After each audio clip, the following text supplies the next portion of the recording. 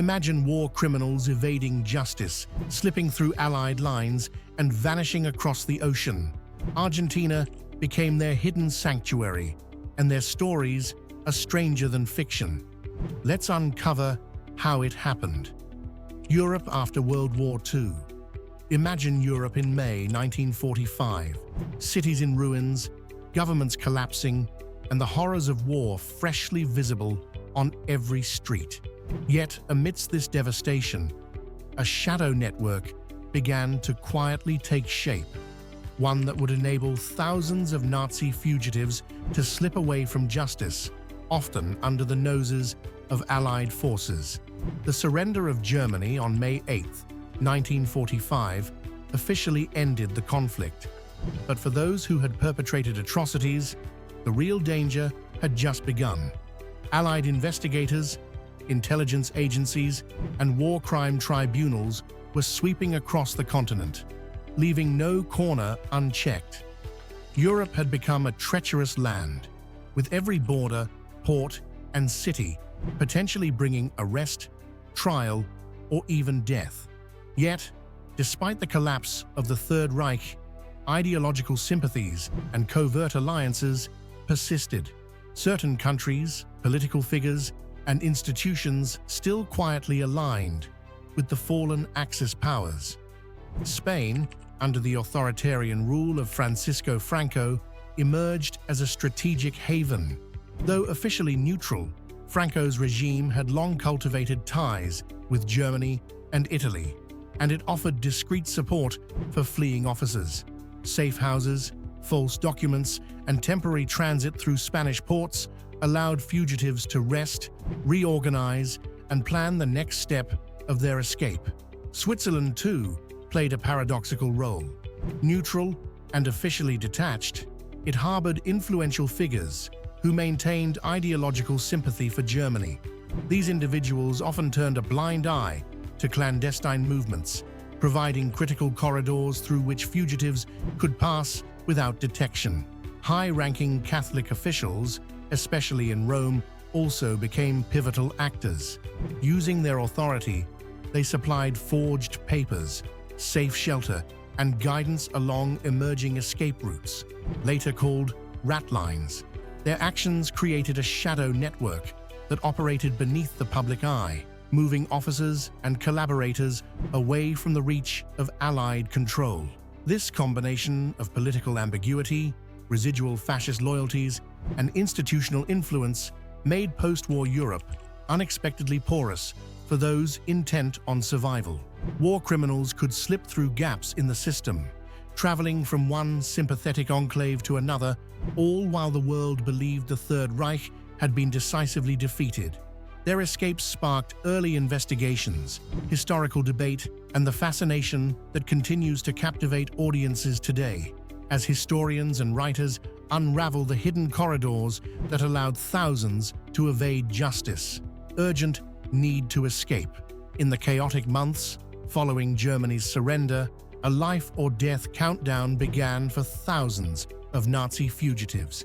The continent that had once been their stronghold was now a rapidly closing trap. Allied investigators were intensifying their efforts, sweeping through devastated cities, scrutinizing documents, and interrogating anyone with ties to the Axis. Every day brought new arrests, tighter border controls, and a growing risk of prosecution for crimes committed during the war.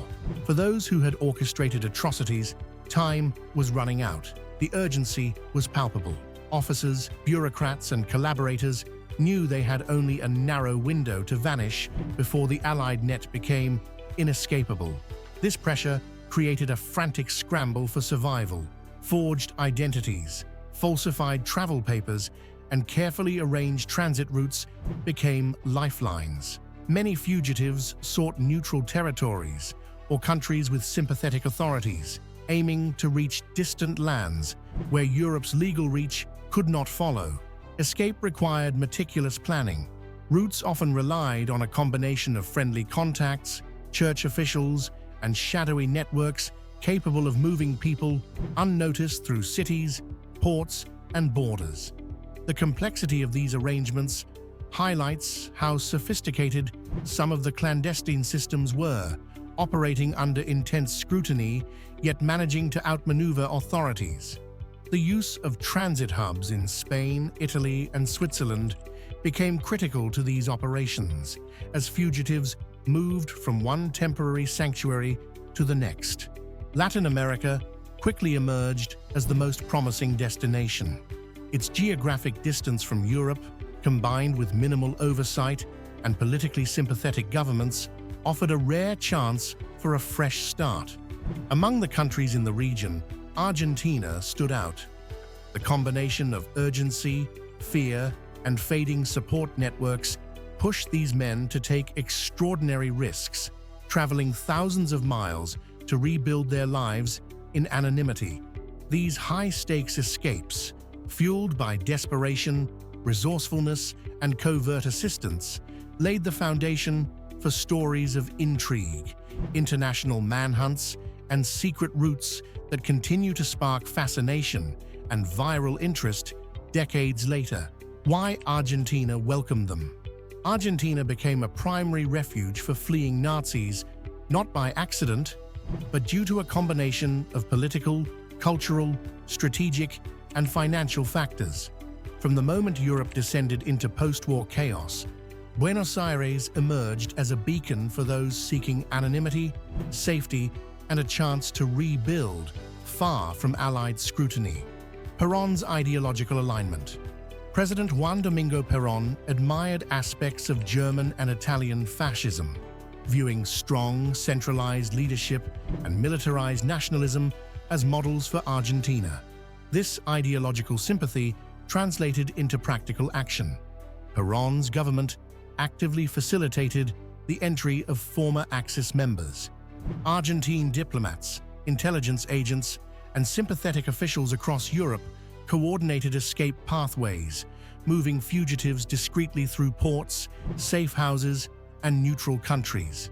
These covert operations allowed war criminals to bypass stringent immigration controls and Allied oversight, creating a systematic flow of people seeking refuge. Cultural and demographic ties. Beyond politics, Argentina's social landscape made it uniquely hospitable. Large communities of German, Italian, and Spanish immigrants meant newcomers could blend seamlessly into neighborhoods, adopt new identities, and establish families without raising suspicion. Shared language, customs, and cultural familiarity smoothed the integration process. Pre-existing ties between German officials and Argentine institutions further strengthened trust, allowing former officers and collaborators to settle quickly and comfortably in Buenos Aires and other urban centers. Strategic Cold War thinking. Perón's interest in Nazi fugitives was not purely ideological. He also saw them as strategic assets for the approaching Cold War. Anticipating rising tension between the United States and the Soviet Union, he recognized the value of skilled anti-communists, particularly those with military, scientific, or technological expertise. Just as the US and USSR recruited former Nazi scientists for missile and research programs, Argentina viewed these fugitives as a potential advantage in global power dynamics. Their knowledge, loyalty, and anti-communist stance aligned with Perón's vision of Argentina as a significant player in a world increasingly divided between East and West. Financial support. The logistics of escape required money, and wealthy German expatriates and pro-Axis businessmen in Argentina provided crucial funding. These financial networks covered travel costs, forged documents, and safe passage, ensuring that the fugitives could reach Argentine soil without incident. This combination of ideology, strategy, cultural familiarity, and financial support made Argentina a uniquely welcoming destination compared to other Latin American countries, securing its place as the epicenter of post-war Nazi migration. The convergence of political will, cultural integration, strategic foresight, and economic backing made Argentina not just a refuge, but a well-orchestrated sanctuary.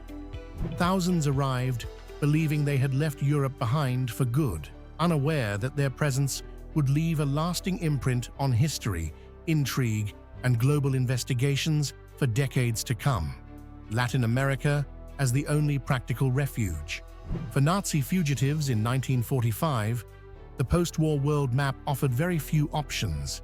Europe was under tight Allied control, with borders monitored, ports scrutinized, and intelligence operations hunting down anyone with ties to the Third Reich. The continent had become a trap. Those who lingered risked arrest, trial, or summary execution. To the east, the Soviet Union was an even more dangerous zone, with an expansive intelligence network determined to capture or eliminate former Axis officers. Africa was dominated by Allied colonial powers, offering little room for concealment, while North America maintained strict immigration laws and surveillance that made clandestine entry nearly impossible. Against this global backdrop, Latin America emerged as the most accessible and practical sanctuary. Countries across the continent offered vast territories, relatively light monitoring, and sympathetic political environments. For fugitives seeking anonymity, the region's sprawling cities, remote settlements, and complex bureaucracy created an environment in which one could disappear completely. Argentina, in particular, stood out as the most welcoming destination. Under Juan Domingo Perón, Argentina combined political openness with institutional support for former Axis members. Its large immigrant populations, especially German, Italian, and Spanish communities, provided a social safety net that allowed newcomers to integrate quickly. Cultural familiarity eased the transition, making it possible to build new identities, find employment, and live openly while remaining under the radar of international authorities. These communities often acted as informal intelligence networks themselves, offering guidance, resources, and connections that smoothed the fugitives' arrival. The geographic and logistical advantages of Latin America further enhanced its appeal. Ports like Buenos Aires and Montevideo were under local control, facilitating entry without close Allied scrutiny. The continent's vastness allowed fugitives to move internally, relocating from coastal cities to interior towns as needed. Coupled with Perón's government and local sympathizers, Latin America became the ideal destination for those desperate to escape justice, offering a rare combination of accessibility, anonymity, and long-term security. Ultimately, Latin America, and Argentina above all, represented more than a temporary hiding place. It was a calculated choice, a blend of political strategy, cultural familiarity, and logistical advantage that allowed thousands of war criminals to vanish from Europe and establish new lives in a region that few outside their networks fully understood at the time. This environment also left a lasting mark on historical memory, inspiring decades of intrigue, viral discussions, and research into the clandestine escape routes that reshaped post-war migration. The rat lines, how they escaped. The escapes of Nazi fugitives from post-war Europe were far from random. They followed carefully orchestrated secret routes known as rat lines, clandestine networks designed to move war criminals safely across borders. These routes relied on a combination of sympathetic governments, church officials, intelligence contacts, and private supporters, all working in the shadows to provide shelter, forge documents, and transportation. Without the rat lines, the vast majority of fugitives would have faced immediate capture, trial, or execution at the hands of Allied authorities. Two main corridors dominated these clandestine networks. The first moved fugitives from Germany through Spain and onward to South America. Spain, under Francisco Franco, acted as a critical staging ground, where escaping officers could wait for ships or planes while remaining largely unobserved. The second route passed through Italy, particularly Rome and Genoa, with the Vatican's complex bureaucratic machinery and sympathetic clergy helping to issue temporary identity papers, safe passage letters, and travel documents. These networks allowed fugitives to move stealthily across neutral territories, evade international patrols, and reach ports with minimal risk. The rat lines were far more sophisticated than many imagine. They combined logistics, bribery, and strategic concealment. Safe houses were prepared in advance, often run by church officials or loyalists. Forged passports and identity papers were circulated through covert networks, allowing fugitives to pose as displaced persons, laborers, or refugees. Travel arrangements were carefully timed to avoid Allied checkpoints, and local contacts provided guidance on customs inspections, port authorities, and safe routes. It was an intricate system operating under the cover of chaos, yet highly efficient for its purpose. Spain, Italy, and sympathetic figures in Switzerland were not the only contributors. Local businessmen, pro-German expatriates, and European networks of Axis loyalists often funded voyages, bribed officials, and supplied safe passage. Ships, trains, and sometimes aircraft were organized to transport fugitives quietly across continents. The Catholic Church's involvement remains one of the most controversial aspects, as its officials assisted in creating travel documents and sheltering fugitives along the way, sometimes knowingly, sometimes under bureaucratic ambiguity. Through these rat lines, thousands of war criminals, scientists, and collaborators reached Argentina and other Latin American countries, particularly in the late 1940s and early 1950s. Their arrivals were largely unnoticed by the global public at the time, though intelligence agencies and Allied investigators pursued these networks relentlessly. The story of the rat lines has since become a source of fascination, viral intrigue, and historical research, revealing a shadow world of hidden alliances, secret logistics, and daring escapes that reshaped post-war history. The rat lines were more than mere escape routes. They were the lifelines of a displaced and desperate network, turning chaotic post-war Europe into a web of covert corridors that funneled fugitives towards safety, anonymity, and new identities in distant lands. They highlight the astonishing combination of planning, ideology, and opportunism that allowed these fugitives to vanish from the reach of justice and live on undetected for decades. After arrival in Argentina. Upon reaching Argentina, Nazi fugitives entered a rare combination of safety, anonymity, and cultural familiarity that was almost impossible to find elsewhere. Large German, Italian, and Spanish immigrant communities provided a natural environment for blending in, speaking familiar languages, practicing traditions, and integrating into local society without raising immediate suspicion. This social camouflage was crucial, as fugitives were still under the shadow of international investigations and potential extradition. Argentina's government, under President Juan Domingo Perón, played a subtle but pivotal role in securing these arrivals. Through sympathetic officials, intelligence contacts, and local allies, the state provided an environment where fugitives could rebuild lives with minimal interference. Support included access to housing, employment opportunities, and financial assistance from pro-German business networks.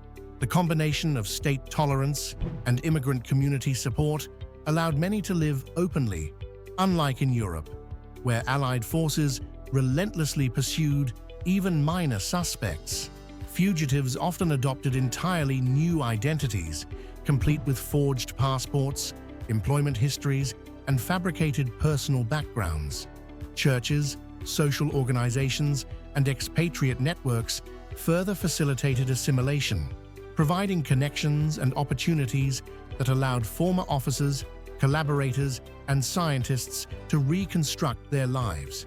Some even became integrated into Argentina's professional and academic circles, contributing skills in engineering, medicine, or science, while hiding their pasts. The security, stability, and relative anonymity in Argentina encouraged long-term settlement rather than temporary refuge. This environment enabled fugitives to escape the chaos of post-war Europe and avoid prosecution for decades. Their lives became intertwined with local communities, sometimes quietly influencing politics, industry, or business, while remaining hidden from global authorities. Changing situation.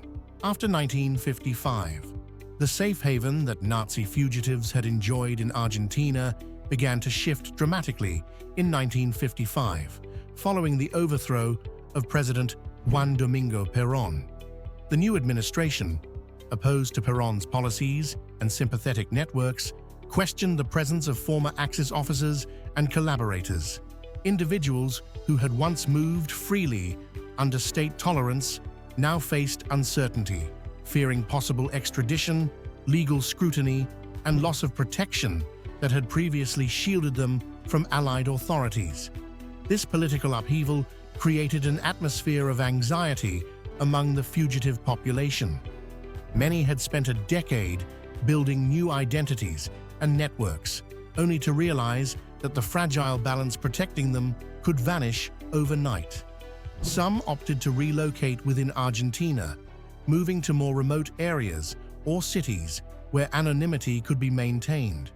Others attempted to further obscure their pasts by changing names again, severing old contacts, or blending more deeply into immigrant communities.